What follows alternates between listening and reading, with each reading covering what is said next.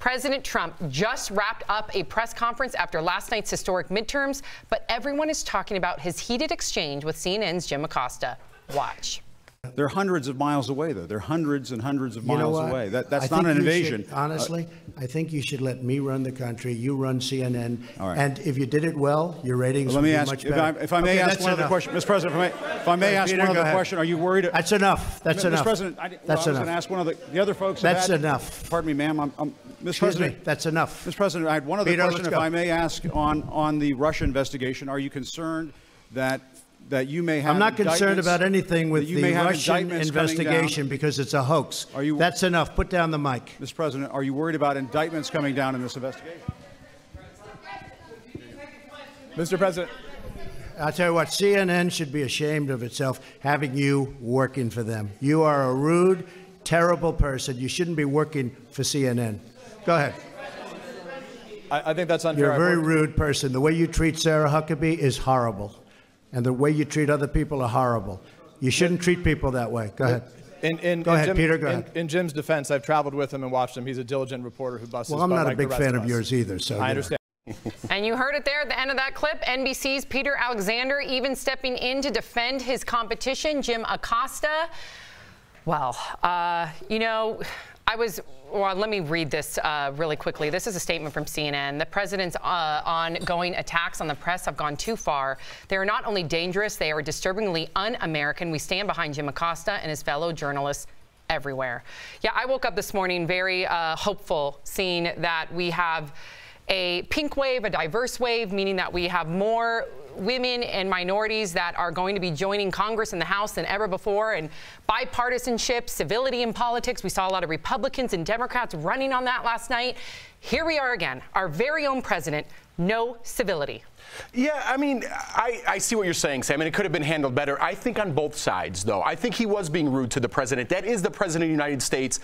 No matter what you think about him, that's the president. If that was a president of another company and that someone was talking to that president like that, that would be considered rude, I think. I think there needs to be more control on both sides, and maybe even with the microphone. When he says, I'm done talking to that person, they should be done talking. Listen, I think that there's been a history of behavior here when it comes to these press conferences where a lot of the journalists get cut off or they get deterred or they're not even, their questions aren't even answered. So I'm not saying that Jim Acosta couldn't have handled himself better, but I'm sure he's used to this pattern of behavior from our president who neglects the press, who calls the press fake news. And more importantly, this is our president. Can we please have our president be the leader when it comes to civility? Here he is waving his finger at Jim Acosta saying, you're terrible to people. You can't treat people that way. Really? Can you take a page from your own book, President Trump?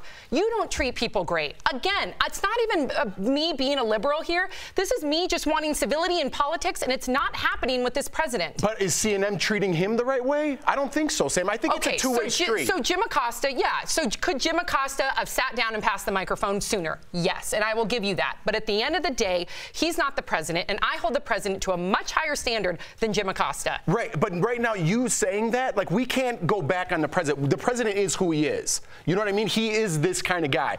Being rude to him doesn't help anything. It's on both sides. I agree with you on that he was being rude to the press as well, but both sides have to take a step towards the middle. The president included, but so does the press. I mean, are we worried that, Jeff, did you think it was an unfair question that he didn't answer? He asked a question about he was asked a question about some migrants that are on foot, that are weary with children, a group of migrant workers that are walking here. They're calling it an invasion, which is not the proper term. He asked for an answer to that. He didn't ask him about his marriage. He didn't ask him about what Melania is wearing today. He didn't ask him about anything like that. He just asked a general question, and it was unanswered. I hear you. No, you're right, and you guys are right, and I see both sides. I'm not blind to see both sides. But at the same time, the media is not fair to him. They jump on him, too. So when he doesn't want to answer a question, I can see how the frustration comes out. But I do see both sides. You guys are correct. Okay. This is tough. Please, DBL Nation, chime in. Well, that's okay, Al. I think this is tough, and I have the right to my opinion. I think this is a tough one here because I'm sick and tired of having zero form and class in that White House. So, yeah, I'm a little bit flustered right now. But I would love to hear from our DBL Nation. Please write in. Let us know what you think. You are our fifth host, and we can continue the conversation. Are you guys worried that we're setting a precedent where the president is not answering questions that are asked to him by the media? Yes, I am. Okay, that's the First Amendment, and we're so hot about the Second Amendment, but no one talks about the First Amendment at all, and it's constantly being violated. Well,